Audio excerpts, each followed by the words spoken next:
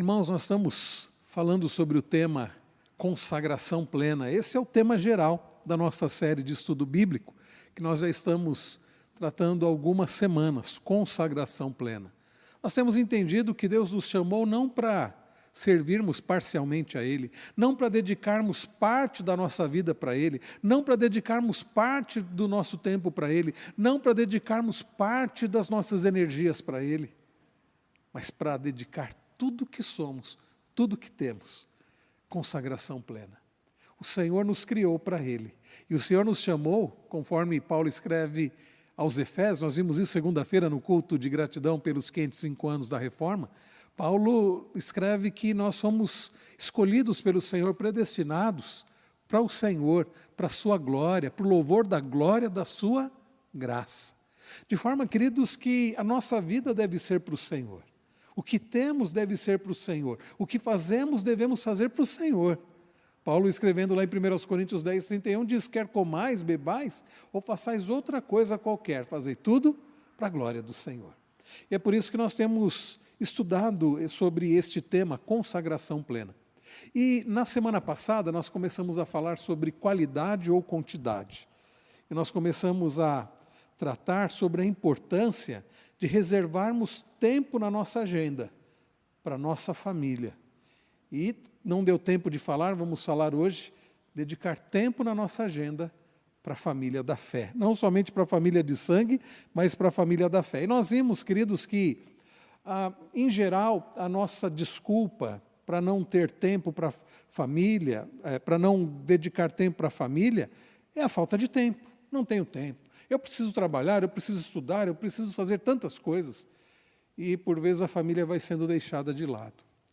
Mulheres que se afadigam no serviço da casa, e às vezes, além de fazer o serviço da casa, precisam trabalhar fora. E dizem não ter tempo para o marido, não ter tempo para os filhos, maridos que, porque tem que fazer tanta coisa, não tem tempo para a esposa, para os filhos, pais que não têm tempo para os filhos. Então nós falamos sobre isso na semana passada e falamos sobre o perigo da destruição da família e, consequentemente, da sociedade, né? Então precisamos ter tempo para a família, tempo para o cônjuge, tempo para os filhos, né? Nós vimos isso na semana passada, tempo para os pais, principalmente quando os pais ficam idosos e vão precisar do cuidado dos filhos, precisamos dedicar tempo. Muito bem, hoje nós vamos, dando continuidade ao estudo, nós vamos falar sobre tempo para os irmãos, tempo para a família da fé, tempo para o povo da igreja, como nós costumamos dizer. Vamos abrir nossas Bíblias lá em Atos dos Apóstolos, texto tão conhecido.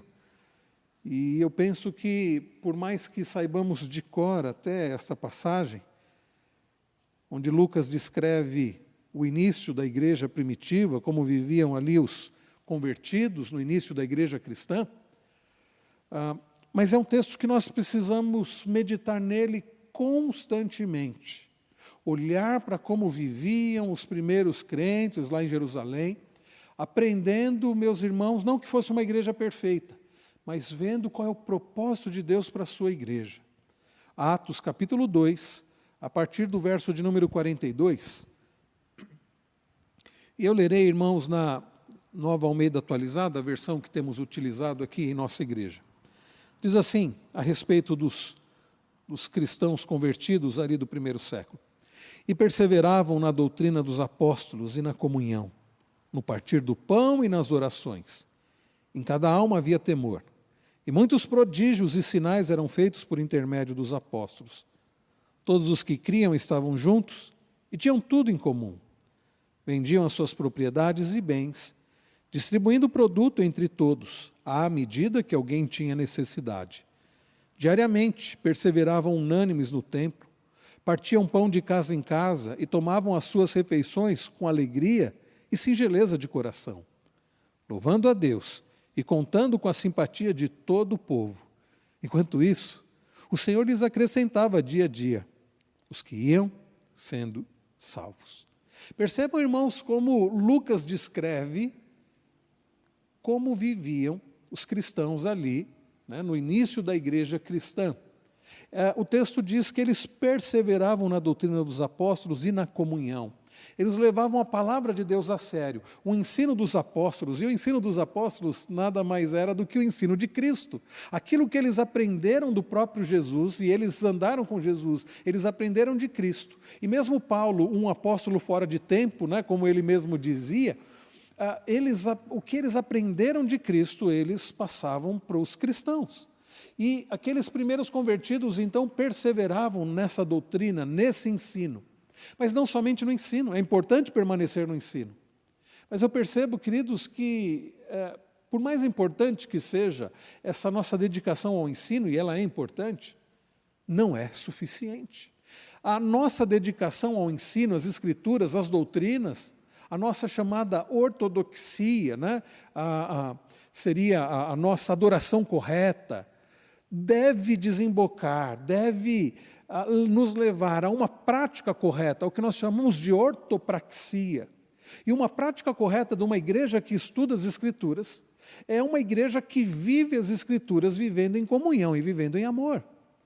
É estranho uma igreja que se afadiga no ensino, que estuda a palavra com seriedade, que tem pessoas que ensinam a palavra com seriedade e fidelidade. Uma igreja que dá importância para a doutrina, mas que vive de forma indiferente, de forma fria, de forma separada, de forma não amorosa. E quando nós olhamos para a história da igreja reformada, para a história da reforma, como nós celebramos recentemente, é muito bonito ver como a igreja volta para as Escrituras e a igreja experimentando, né, esse viver. Mas parece que ao longo do tempo a coisa vai esfriando, e ainda que se preserve um ensino correto, uma liturgia correta de culto, de adoração, não é incomum encontrar igrejas, na história da igreja, igrejas que foram esfriando, pessoas ficando indiferentes, pessoas ficando distantes, egoístas, cada um pensando na sua própria necessidade, e cada vez mais distante, cada vez mais indiferente, cada vez... Então, meus irmãos, perseverar na doutrina dos apóstolos deve nos levar a perseverar na comunhão. E vejam, comunhão não é simplesmente estar juntos. É possível estar juntos e não haver comunhão.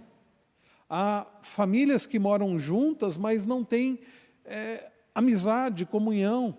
Há casais que dormem no mesmo quarto, na mesma cama, mas não tem relacionamento, não tem comunhão, não tem intimidade, não tem amizade.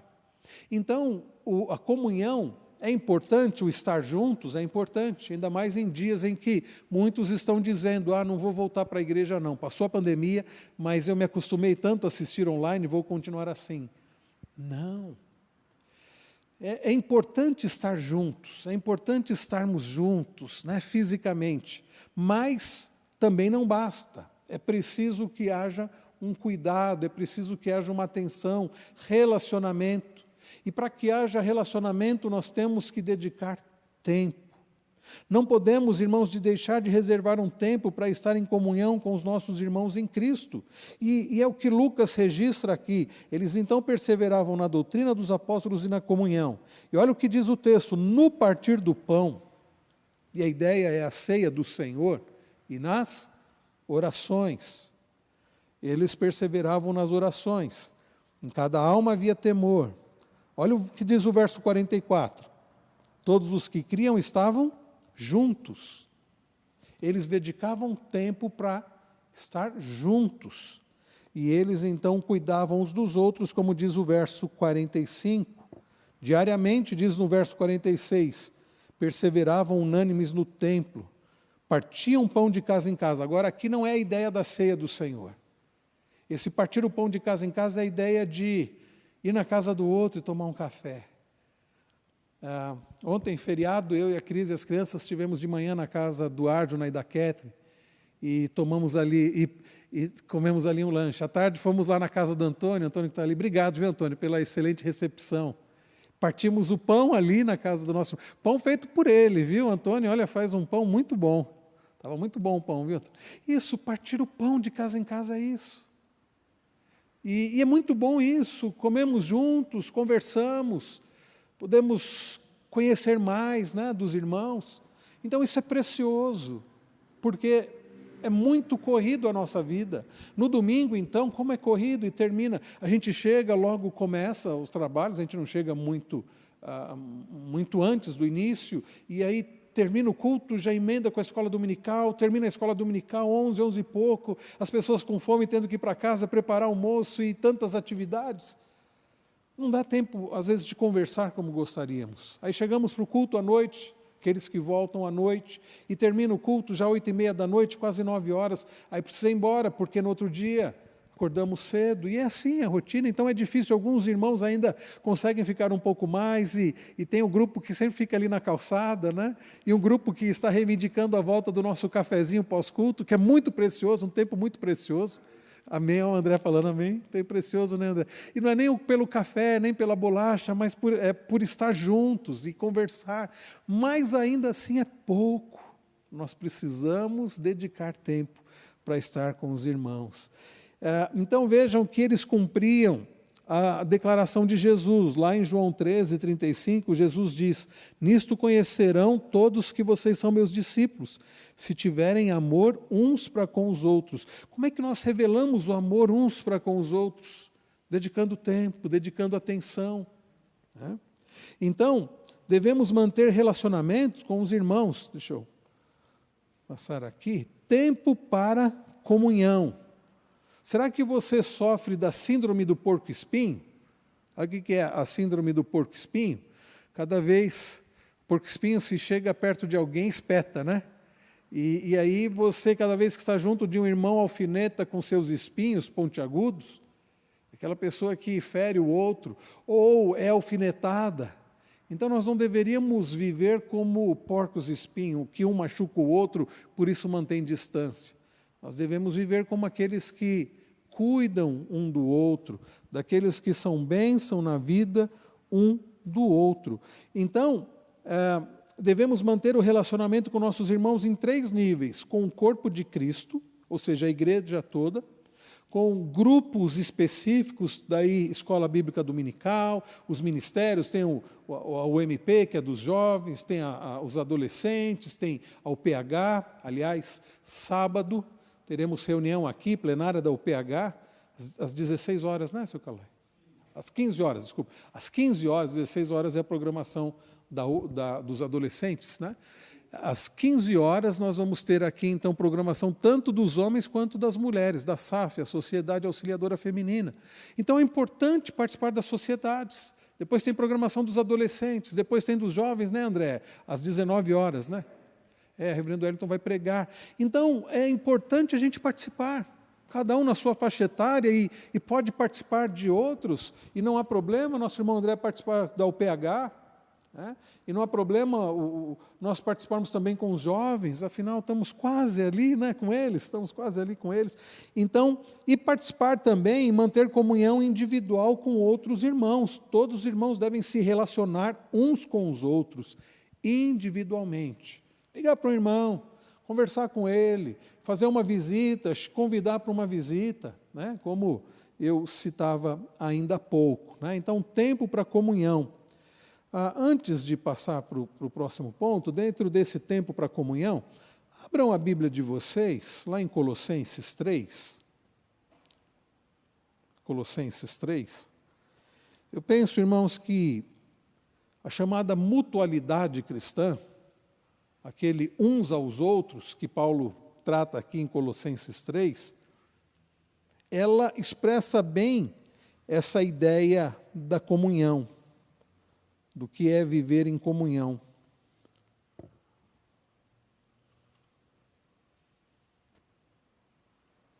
Colossenses 3, vejam.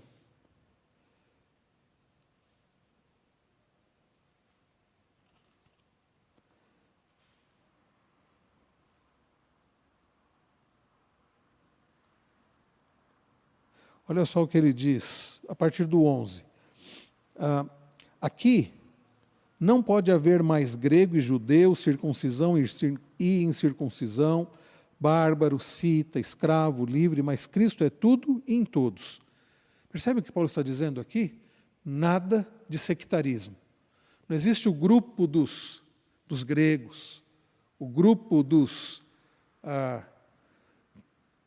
de tal etnia, o grupo dos que tem a classe social tal, classe média, aqui os mais pobres, aqui os mais ricos, aqui quem é patrão, aqui é só quem é empregado. Não. Paulo diz que em Cristo nós somos todos iguais. Existem os ministérios por causa da faixa etária, né, de idade, ou programação para as mulheres, programação para os homens, mas por questão de afinidade, mas não porque fazemos diferenciação entre as pessoas. É por isso que, ainda que na igreja existam panelinhas, grupos de interesse, nenhuma panela pode ter tampa, pode ser fechada. Onde um quer entrar, não, você não pode participar. Aqui é só do nosso grupinho. Isso é comum no mundo, mas nunca deveria acontecer na igreja. Mas uma vez, por mais que nós formemos grupos de interesse, então tem ali os casais sem filhos, tem ali os casais com filhos pequenos, e acaba vendo como é que você tem feito? Então acaba sendo grupos de interesses, os jovens, os adolescentes. Agora, nenhum grupo pode ser fechado. Quando alguém chega e diz, não, você aqui não. E aí o grupo se fecha. Todo grupo, toda igreja precisa, porque somos todos iguais em Cristo Jesus. Cristo é tudo e está em todos, diz Paulo no final do verso 11. E aí ele continua, portanto, como eleitos de Deus, santos e amados, revistam-se de profunda compaixão, de bondade, de humildade, de mansidão, de paciência. Suportem-se uns aos outros. A ideia de você suportar, e aqui tem os dois sentidos. A ideia de você aguentar mesmo aquele que é mais difícil, como você dá suporte também para aquele que precisa de suporte. Agora, como que você vai suportar se você está distante? Aí nem precisa. Se você não se relaciona, como que você vai suportar? A ideia de suportar é a ideia de estar junto, de dedicar tempo. E Paulo continua e ele diz o que mais? Além de suportar uns aos outros. O que vem aí na sequência?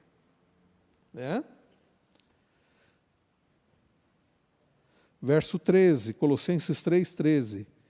O que vem? Perdoem-se uns aos outros.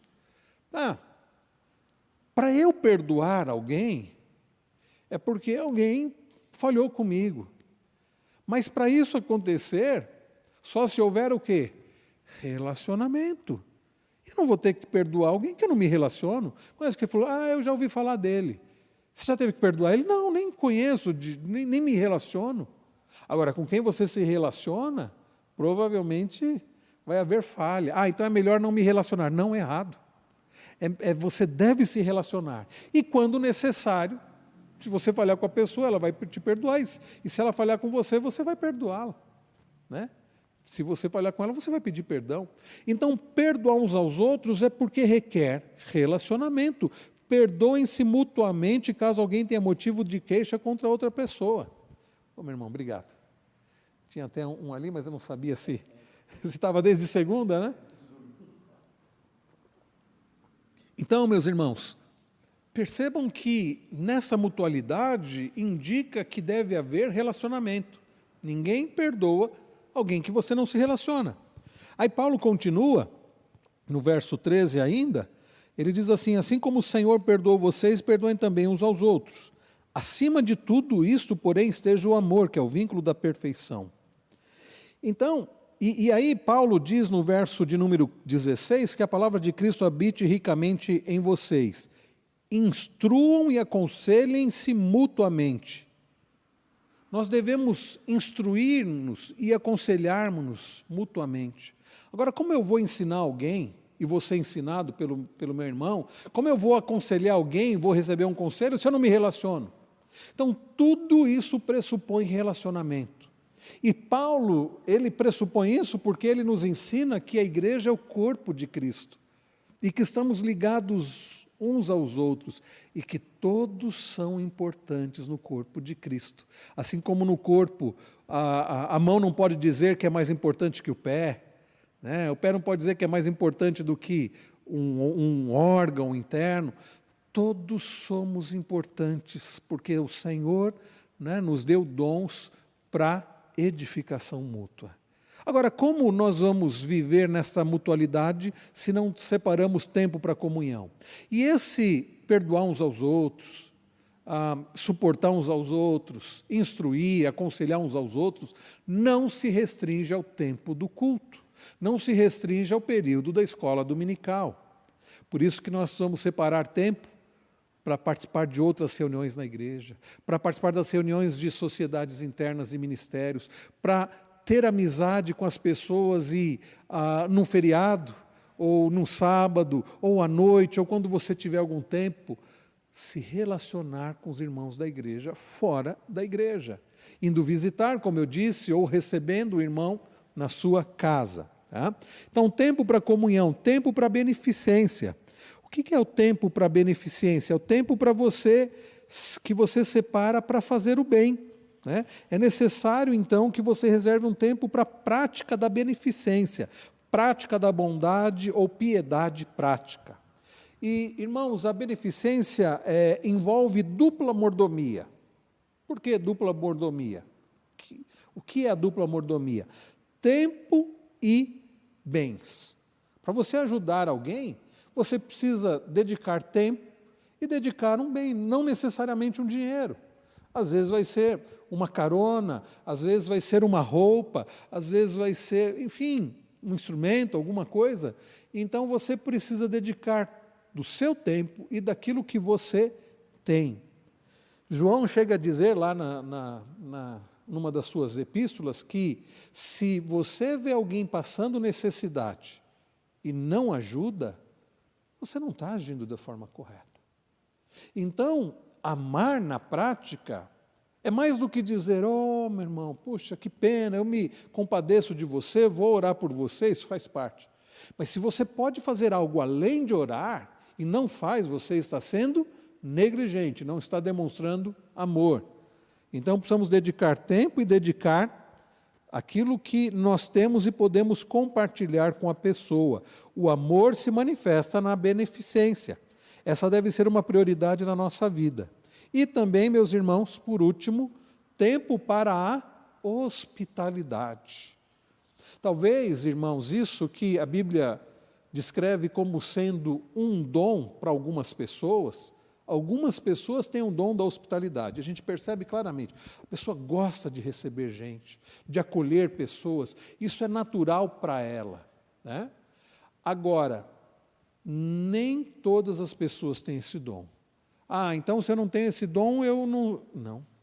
Você não está desobrigado da hospitalidade, mesmo que você não tenha esse dom.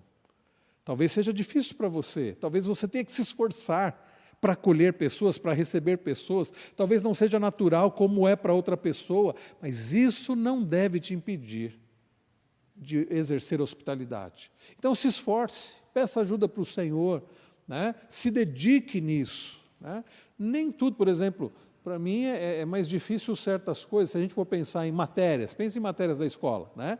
Para mim, eu sempre tive muita facilidade em fazer redação. Né? Minhas redações, na minha época de ensino profissionalizante, eu ganhei os 2 anos seguidos concurso de redação.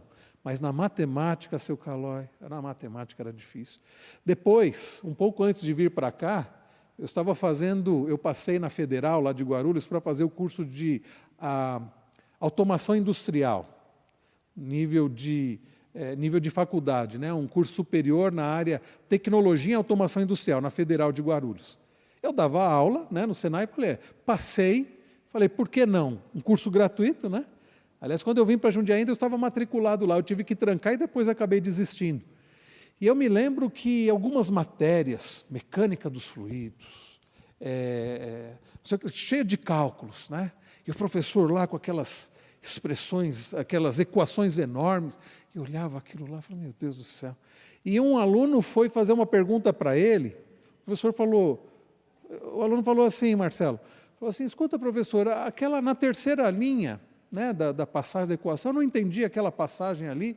O professor olhou para ele e falou, escuta, você está fazendo o que aqui? Isso aqui é matéria de 1º grau. Só que nós estamos num curso superior. Se você não sabe isso, você nem deveria estar aqui. Imagina. Mas desenho mecânico na mão, como eu ia bem. Técnicas de redação, mais uma vez, né, fui muito bem. Então, irmãos, agora, eu tinha que me esforçar na área da matemática. Ainda bem que, para pastorear, a gente não precisa tanto assim de matemática, né, meus irmãos? Mas algumas matérias eu precisava me esforçar mais. Outras eram tão naturais, eu via os alunos com dificuldade para escrever um artigo. E para mim era tão natural escrever um artigo. Então, percebam que, em relação às nossas práticas, também, as práticas, né, cristãs, não é diferente. Algumas coisas nós temos mais facilidade, alguns têm mais facilidade para hospitalidade, para intercessão, né? Outros têm dificuldade. Aí naquilo que nós temos dificuldade, a questão não é, então não vou fazer. Eu vou me esforçar mais naquilo que eu tenho dificuldade. Eu tenho dificuldade na hospitalidade? Eu vou me esforçar mais, mas eu vou me dedicar na hospitalidade. Na matemática, você sabe o que eu fiz? Eu aproveitei que meu irmão, na época, era diretor de uma escola, lá no sul de Minas, e ele arrumou para mim vários volumes de matemática, desde do ensino fundamental, 5ª, 6ª, 7ª série, 8º ano, primeiro, e eu peguei todos aqueles livros, eu falei, eu vou começar em conjuntos, comecei lá em conjuntos, e fui, para entender tudo, para entender a equação do primeiro grau, segundo grau, para chegar lá na hora de fazer derivada, né, integral, derivada. Então eu precisei me esforçar. Tem gente, talvez o Marcelo, que é da área também, né, da tecnologia, talvez seja fácil fazer cálculos. Meu sogro tem uma facilidade com cálculos, mas eu não tenho. Então, naquilo que nós não temos facilidade, precisamos nos esforçar mais, nos dedicar mais, gastar mais tempo, né? Quantas vezes temos perdido a oportunidade de hospedar anjos, né? Porque a Bíblia fala que alguns, sem saber, hospedaram anjos. Irmãos de outras cidades, obreiros, missionários, amigos e parentes. Então isso é algo importante. O que dificulta o encontro dos amigos descrentes? Porque também nós precisamos tanto auxiliar e gastar tempo com as pessoas, os irmãos da igreja, como as pessoas que não são da igreja. Para quê? Para evangelizar. E aí nós vamos dar a mesma desculpa, falta de tempo. Não demonstração de interesse pelas pessoas, é a consequência.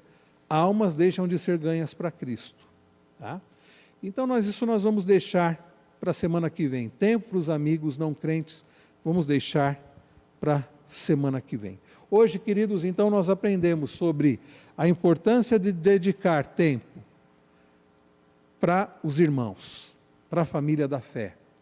Dedicar tempo na comunhão, participando dos cultos, dos estudos, das reuniões de sociedades internas e ministérios, dedicar tempo para estar junto, convidando para uma visita, indo visitar, convidando para vir na nossa casa, e se isso é difícil para você, você precisa se esforçar mais nisso, né? Pedir a ajuda do Senhor e se esforçar para fazer mesmo aquilo que não seja fácil para você, porque é uma grande bênção. Lá no texto de Atos, vocês perceberam como é que terminou lá o capítulo? E que eles contavam com a simpatia do povo. As pessoas de fora olhavam como os crentes viviam e diziam, poxa vida, como esses cristãos se amam. Eles ficavam admirados de ver. Hoje eu vejo gente admirada com a maçonaria. Poxa vida, como esses maçons cuidam uns dos outros. Porque isso eu já vi, uma pessoa passando de carro e viu o adesivinho lá da maçonaria, o esquadro e o compasso. E a pessoa parou, nunca tinha visto aquela pessoa que estava com o carro ali. E falou, você é de qual loja? Eu sou da loja tal. Ah, eu sou da loja tal. Eles se tratam, sabe como? Irmãos. Eu não sou maçom não, viu, meus irmãos? Isso é de eu ouvir falar de coisas que eu vi. E o sujeito só saiu dali depois que o outro teve o problema dele resolvido. E sabe, eles fazem parte lá, eu nem sei bem explicar sobre maçonaria, porque nunca fui numa reunião maçônica, eu falo de coisas que eu ouço falar, mas eles se tratam como irmãos só porque eles fazem parte dessa mesma sociedade. E se cuidam, eu não sei até que ponto, mas aparentemente cuidam uns dos outros como irmãos, sendo que de fato eles não têm, é uma irmandade por causa de uma sociedade. Eu já vi gente em torcida de futebol se cuidar. Né? Ah, você é palmeirense? Também sou palmeirense? Não sou também, viu, meus irmãos? Estou falando por causa do Edson ali. E se cuidam porque fazem parte do mesmo time, do mesmo clube. E por vezes irmãos em Cristo. Irmãos, porque se somos filhos de Deus, somos irmãos em Cristo. Que não cuidam uns dos outros. E então, ao invés dos de fora admirarem as torcidas organizadas que se cuidam, os maçons, os do Rotary, ou do Lions, ou não sei de onde, eles deveriam olhar para a igreja de Cristo e dizer como esses cristãos se amam, como eles cuidam uns dos outros, como eles dedicam tempo uns para os outros. Isso serve de testemunho. E mais do que isso glorifica o nosso Senhor, o nosso Deus, que nos criou para Ele e para vivermos como igreja. Senão Ele não teria instituído a igreja. Então, irmãos, vamos viver em comunhão, em mutualidade, em cuidado, nos importando uns com os outros, para isso dedicando tempo, dedicando do que nós temos, do que nós somos, dedicando do nosso tempo uns para com os outros. Ok, meus irmãos? Alguma dúvida? Alguém gostaria de acrescentar algo? Ficou claro para os irmãos?